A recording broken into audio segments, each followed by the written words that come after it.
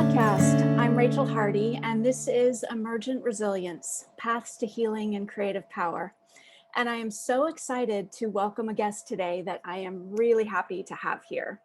My guest is Efu Nyaki, and I connected with Efu after taking a class on healing ancestral and intergenerational trauma, which she co-taught with Dr. Peter Levine, the founder of Somatic Experiencing. And when I heard Efu share in this class, I knew I wanted to reach out to her to have her on the podcast. And I'm so grateful and glad that she's here. So to introduce our guest, Sister Efu Nyaki, warmly known as Efu, has a very unique and inspiring life story and a passionate dedication to healing and a powerful spirit. Efu grew up in the village of Ganjani Marangu in the foothills of Mount Kilimanjaro, Tanzania, and she is currently living in Brazil. Efu is a somatic experiencing practitioner, an SE faculty member for the Somatic Experiencing Trauma Institute, and a valued member of Dr. Peter Levine's SE Legacy faculty with the Ergos Institute of Somatic Education. She is also the co-creator of AFYA, which is a holistic healing center in João Pessoa, Brazil. She brings a wealth of lived experience and a depth of knowing from her ancestral lineage, which we'll hear a little bit about today. So Efu, welcome to the podcast. Thank you very much, Rachel. This is a great opportunity. I'm very glad you invited me to be part of this, your story, your podcast. Thank you. Thank you so much.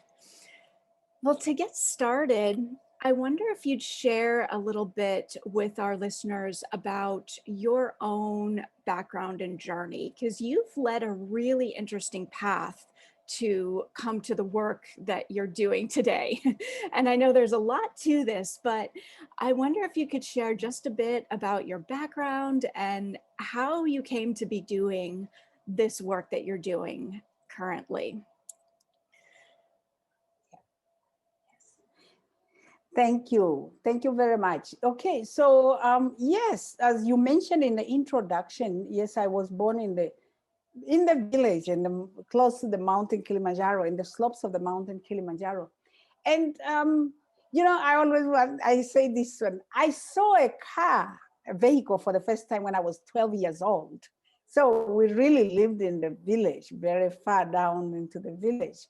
And there, we lived as a community, and I got to know very clearly my grandparents. We grew up in the same compound, and that way you have like our house with my mother and father, and then a little bit like maybe not even 50 meters, there's a house of my grandmother and my grandfather.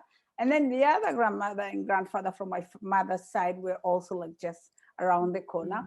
So we saw them a lot and we were listening to their stories. And it was beautiful to listen to their stories. They had the idea of many times in the evening when there's no electricity. I didn't grow up with electricity. So in the evening, we sat down and there was a fire. They always started a fire. And we sit around the fire and we listen to the stories of the ancestors and all that. So I learned a lot from those stories, hearing my grandfather saying something, my grandmother also will tell. So it was very, very interesting to grow up listening to those stories. And most of these stories had to do with encouraging us. When I look at them today, I think they were like myths, really. But they will tell it in a way that to encourage us to be stronger, to collaborate with one another, to know how to be generous. But at that time, of course, we thought the stories were true. Yeah. And then but you learn really from it. So my life today is based on the stories I heard from my grandfather. And from my grandmother and my mother, it's not the stories, it's what they tell you what to do when you need something, like the herbal medicines that I also learned from them. So I will stop there. I'm not sure if I'm going in the same direction of what you want to know, but I think I love to hear a question that will direct me to what exactly will help our listeners to open up for healing. Perfect. And that's wonderful. And I love that. It's so simple and so powerful. Just this image of the no electricity and just sitting around the fire, sharing the stories, and those stories becoming so much a part of who you are and just feeding you today and informing so much of who you've become. So that's amazing. Thank Yes. you. Yeah. Um, Yeah. I Yeah. I wonder if we could jump in this way. So your clan, your family is called the Nyaki clan, and Mhm. you shared you've one thing you learned from them was the herbal medicines that they passed down and taught you. Yes. Yeah. And I would love to hear more about the wisdom and the traditions and the kinds of insight that they imparted to you. And one thing I heard you say and talk about um, in the class that you co-taught with Peter Levine, you'd speak about the ways of knowing of your ancestors. What is that like? Can you talk to us about these deep ways of knowing and what that's about? Yes. Thank you. Okay, for this is nice. Your question helped me to also look at the focus. Perfect. Yes, well, I will just begin. I will begin with that right on, like going to the ways of knowing, and then I will expound to the other questions that you also brought up, Rachel. So the ways of knowing that I call it today is really the wisdom that the ancestors had.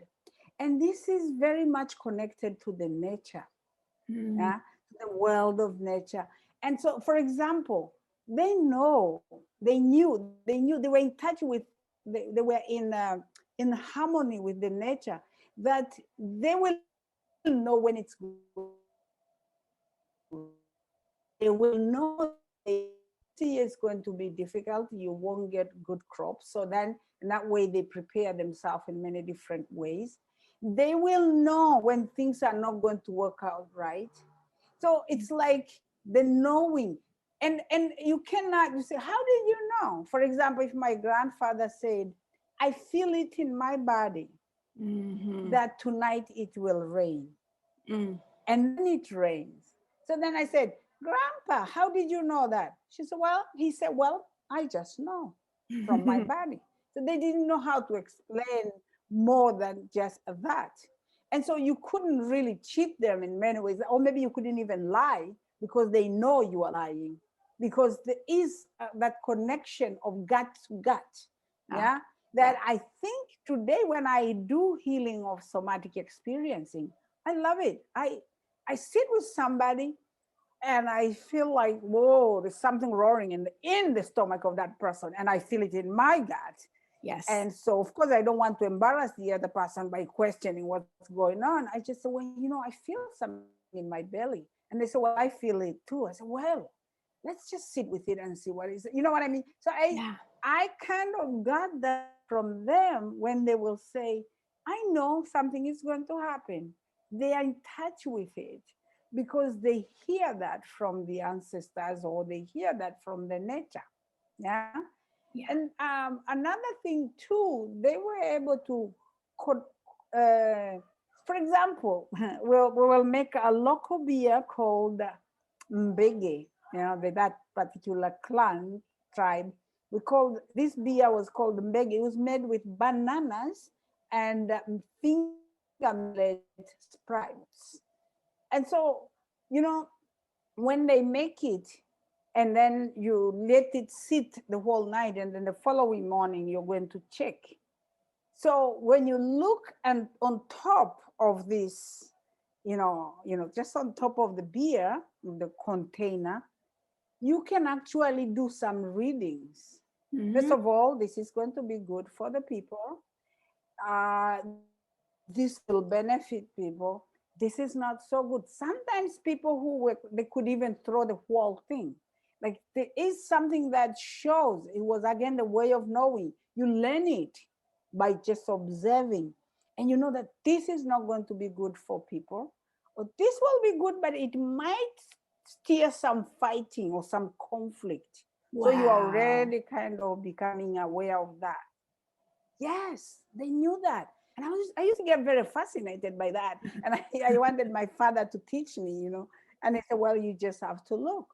And then sometimes when you feel connected with that, you take a little bit of that beer and you pour it on the floor to give it to the ancestors to ask them to clean out whatever might have been negative that could create a problem. So you said, okay, your ancestors, you see, we see this is not very good, but we're giving you first to drink. And we are asking you to give us blessing so that it takes away the conflict that might occur when people are going to share it. So, I mean, this is the things I grew up with that, you know, everyday life, little things. Yeah. Yeah. So that is what I would say, the way of knowing. And also, like one of the things I learned that was very interesting of the way of knowing is like, if there is a conflict in the community, yeah, somebody has a conflict and they did something to wrong somebody else. Okay, so they were called in there. The elders will sit with this person and they will ask them to tell their truth. And because they knew, they say, we know this person cannot lie. Yeah. And after they tell their truth, and then they say, yes, when you tell your truth, nobody can judge you. Wow. Because you told your truth. Then you are liberated from there. And so because you know, they know you cannot lie. Wow. Yes. And then, oh, well, we had also like going to the herbal medicines too. They knew, my grandparents also knew these medicines. There's one plant, actually I planted it here in the center. It's called Isale. And this plant, when somebody, let's say they wrong you, they did something, you do something to somebody, you hurt them, you know, you hurt them. And so they're upset. And especially the elders. You cannot go to them and say, please forgive me, just like that. Because it's something heavy in your own system. So you take this leaf, Isale, you cut a leaf and you tie it like this, and you take it to somebody else. And you say, can you take this to my grandfather because I did something, I offended him. And therefore, since I am really in the honor so much, I don't feel comfortable to go to ask for forgiveness. So I ask you to go for me, but take this. So when this other person take this leaf to the grandparent or to a mother, grandmother, they immediately receive it. They know already. They receive it. They said, okay, tell her to come here. And so then, you know, you go, and then they don't talk about it anymore.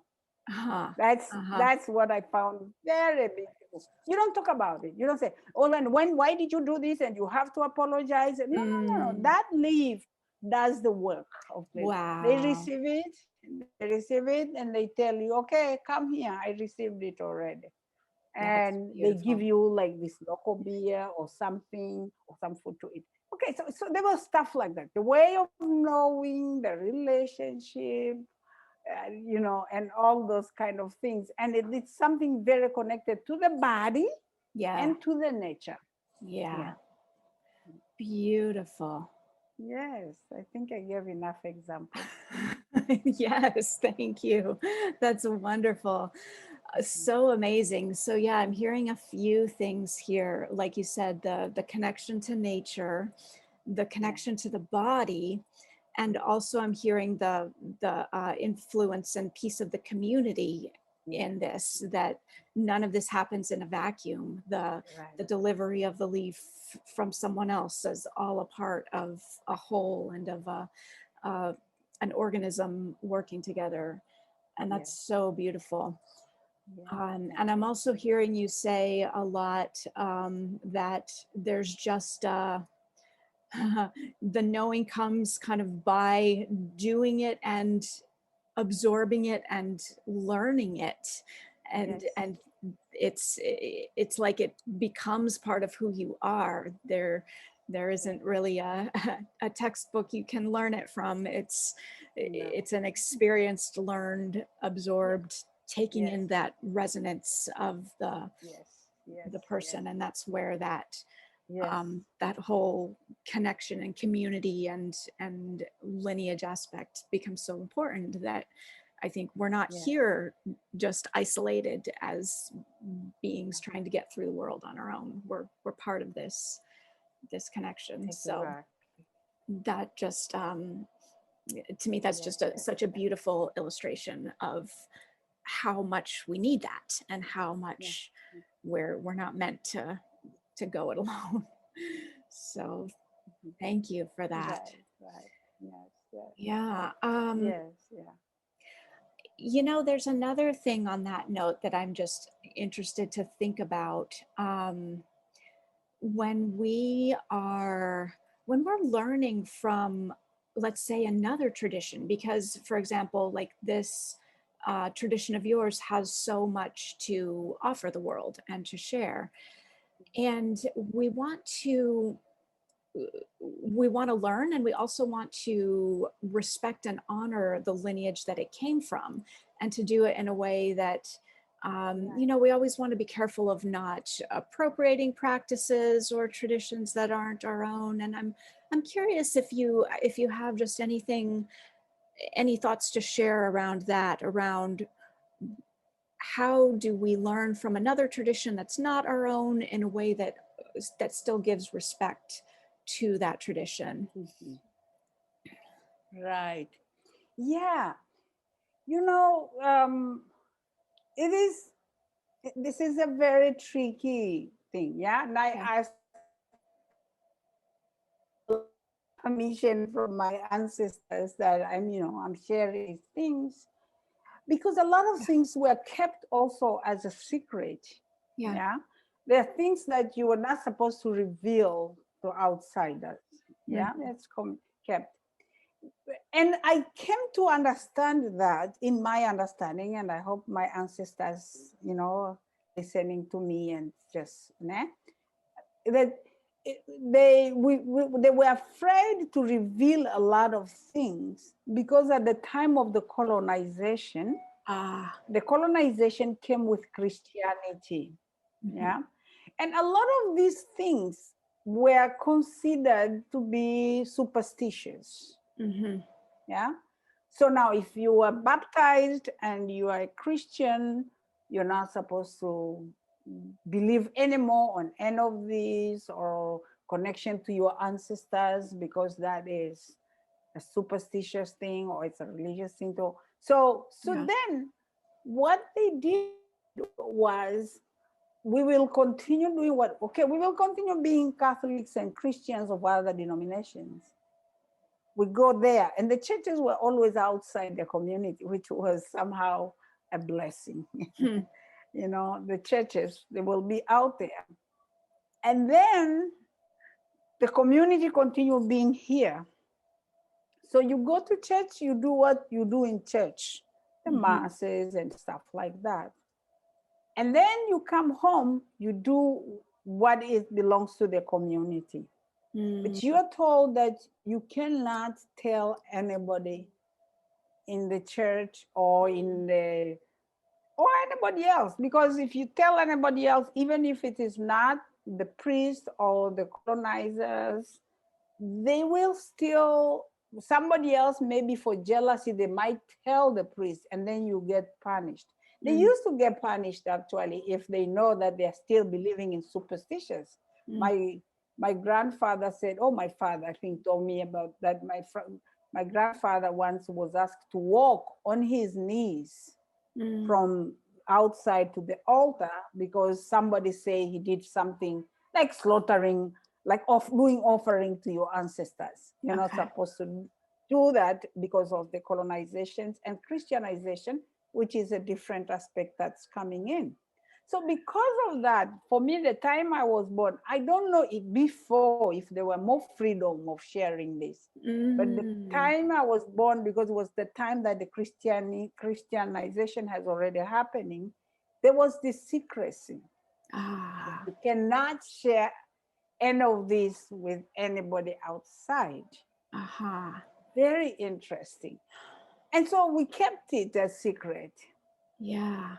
Even I won't tell it in school what we do at home as our rituals, as our, all this movement that just talk about. Even herbal medicines, you don't want to say anything about, yeah, this plant is good for that and good for that, because there was a lot of fear of being persecuted. Yeah. Yeah. Okay. So, but you know what? For me, okay, I am very grateful that I was born this way, and my ancestors also delivered me to the world. I call it to the new world. Yes. Come new, delivered to the new world. So, as a Christian, with my own traditions, I carried both. Yes. And bringing into the integration, I actually decided to become a religious sister. Yes. Yeah. So, Tell us about that. so when I said I was becoming a sister, nobody believed, but I said I want to become a missionary. It was not just to become a sister for the sake of it, religious for the sake of it, but it was a way of becoming a missionary to be able to help others. This was my calling, to be able to help others. I felt like I have so much to give to the world. Yeah. I don't know. Even when I was like adolescent, I don't know, but I feel like I have so much to give to the world, and I have to go and I have to give, So then I thought becoming a missionary will be a good idea to take this out there. So when I joined the congregation, the sisters in Tanzania were called Merino Sisters of St. Dominic. So they actually were very good, because they have lived in Tanzania and they know the history I'm talking about, the colonization and Christianization and all this separation. Yeah. So they encouraged me to tell them the stories. Tell us about your ancestor story. Wow. And I said, well, we're not allowed to do this. Well, yeah, you know why we're not allowed to do that? Because actually we bad people, we missionaries, we kind of made you, we say that was wrong, that was wrong, that was wrong. But I think right now we are encouraging those of you who are joining us to reclaim this, because you have so much to teach us. Yeah, they're good people. The sisters really were nice, and when they were mixture, I was received by the American women, the Filipinas, there was some from Mexico, there was some, they were all from all over the place, and they were very welcoming and very just bringing this. So then I started becoming courageous to tell my story. Like I had that story when my ritual, I was that, when you get to the puberty, they do a ritual. Yeah. 13 years. My father knew, and now I'm ready to go to secondary school, which is outside our home. And then also you have your first menstruation. So they did a ritual, and they take you, when they do the sacrifices, usually there's a patriarchal system there, that those who do the sacrifices are only men. And the women gathers here, and they receive the meat and they prepare it, and then everybody is shared. So where the men are doing the sacrifice, the only one who is supposed to go there is this young woman who is now being sent to the world. So I went there. Wow. And I was sitting with all these men of the clan, and they do this little ritual where they're giving a piece of meat and they're saying beautiful words. You are our daughter. We are sending you to the world. You are ready to go. You go with our blessings of your ancestors. You're not alone. You will never be alone. And everything will be okay for you. Take our strength. So I hear those words. I hear those words. And I ate what they were giving me, and then they put a little piece of skin around my hand, And they said that is to close now the ceremony, to close the energy in so that nobody ever will ever go against you. Uh-huh. But that piece of skin, you are supposed to take it off after some days, after a month. I don't remember after how many days, or 21 days. But my father told me, don't ever show anybody this or ever tell anybody that. So they put a piece of cloth as if I cut myself Oh, on top wow. of the skin. And I said, don't show anybody. Wow. And then I said, why? My father said, if you tell anybody this, you will die. Wow. And I remember when I was telling the sisters this story, which I never told anybody else, they said, oh, you know what it means? You will die. We will all die because our culture will die. I thought that was very interesting. Uh-huh. Yeah, the whole thing will die. So don't tell anybody. It was like, so then that's how it was. But now going back to your question, really, I'm just telling you now. Now, well, I bring this, I am here who I am, and I'm really using that Yeah. energy of my ancestors, that knowing that people always say that if you are so intuitive, teach us. Here, as I'm teaching family constellation, everybody's like, want to teach us. How do you see that? Well, you saw that we didn't see it. How did you see it? I'm like, well, just be quiet and pay attention. You will see it. And sometimes they don't really see it. And I feel like that way of knowing it's here. So I'm teaching people, and those who can learn it, they're learning it. I'm teaching. This is how I'm bringing it here. Yes. And, you know, you go to my tribe, maybe you will need time with them to teach you all these things. And after you learn, you can actually pass it to others, you know, stuff like that.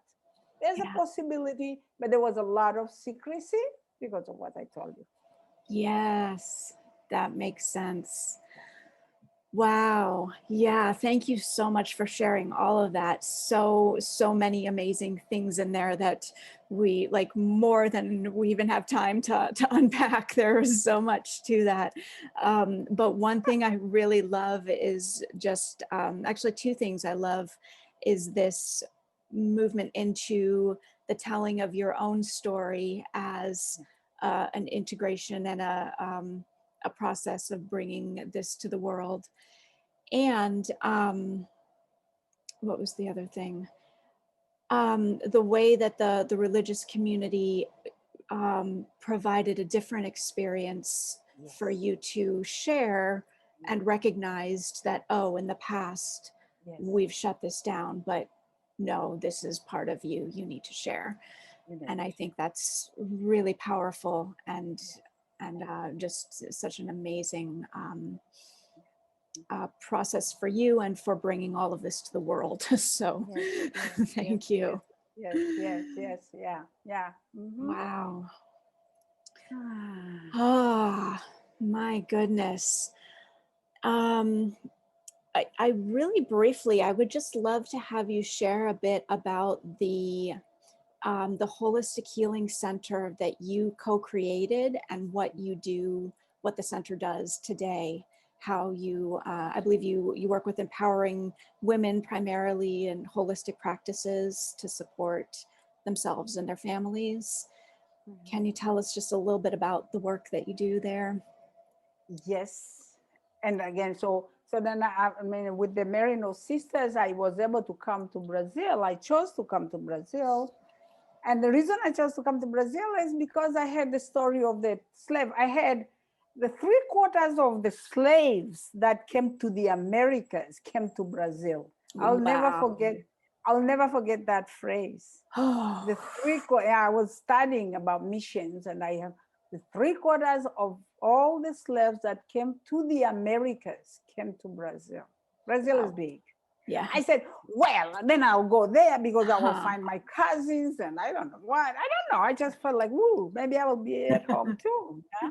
So I came and exactly, yeah, I arrived here in the northeast of Brazil where I saw women. And the first thing I really saw, I saw two things. I saw something similar like herbal medicines. Many of them, you say like, oh, I have headache. Oh, take this tea, take that tea, take this leaf. So that reminded, that called me home. I'm like, oh, this is cool. Mm. That's very nice. But on the other hand, there was a lot of suffering, a lot of violence, because a Mm. lot of these women suffer so much violence, domestic violence, and urban violence. Like they walk on the street, they are, they are violated. They go back home, they're violated. So women, actually, I found at that time was like, wow, this is, and I say, this is what I need to do. Mm. So then I started working with them, with the groups in their communities. Mm-hmm. I found difficulties because we started running out of the place to meet with them. They go to the churches, sometimes they go, they say, you're talking about women? No, we don't have space here. What are you talking about? Like, so then, because what we are doing is challenging the system. So the spaces to meet were becoming a little difficulties. Meeting in the women's house, they have their children, their husbands who are drinking around that time. It didn't work out. So I started dreaming to have a center. I say, universe, Ah. give me, open up for me, give me the place where we can bring all these women meet. So that way, then really, when you dream and when you want it, universe bring it. Mm-hmm. Because somehow it came to me, yeah. Mm. And then we were able to write some project fundings, and then we managed to buy this space, and then we begin slowly, yeah, building little here and little here. It was beautiful. So women start coming here, they meet here, we talk about, I started with them at that time. I had maybe like massage, mental health knowledge, massage therapy, herbal medicines. That was the big one. Mm-hmm. That what I brought from my own culture and Wow. my knowing, like something I knew how to help them, to touch them for healing. Somehow I was healing that way. But then as soon as they are coming from all over the place, actually, even beyond the community here, I started feeling the need to have a little bit more technical, something to help me with trauma, especially. Mm-hmm. Mm-hmm. Things could do herbal medicines, but trauma came up many times, and panic attack and Yeah. depression. So I started, no, I need to let it. So I started finding out, then I found somatic experiencing, and I bring it back to the Ah. community. I bring it back and teach here, practice it here. And I heard about Uh-huh. family constellation, went to study it. Family constellation, felt very much at home, Mm. dealing with the ancestors and the healing. I brought it back here. It's very nice. And I teach the women, and then they teach also other people from the community learn it, and they, slowly we formed the team Yeah. that started helping those who are coming. Those who were coming to be helped, they stayed. They couldn't Okay. pay. They say, oh, I Ah. cannot pay, but I can help also those who are coming. So it went Wow. like that. Yeah. Uh-huh.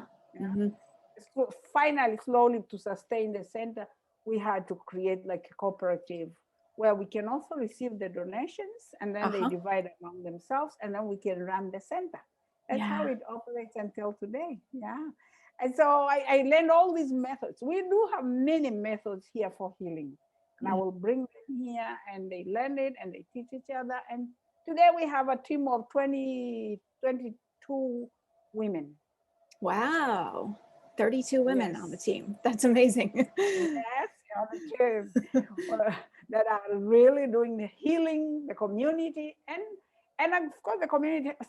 Since I am an international, I mean, putting it out there on the Facebook and all that, we have Yeah. people come from outside. We have people come from Japan, from US, from Ireland, from from Bolivia, and from beyond this community for healing. The community always get more benefit, but we have people from Mm. outside that come for this, for the healing. People from all over, it sounds like they come for the healing. All over the world, all over the world, they Amazing. come for the healing. And this center, this is Oh, that is so wonderful and so cool. Wow. And I'm seeing that our time is getting close to where we need to wrap up. I, But on that note, yeah. you've said that it's fine for me to share some contact info for the center and for yourself. And I'm going to put that in the notes to the podcast.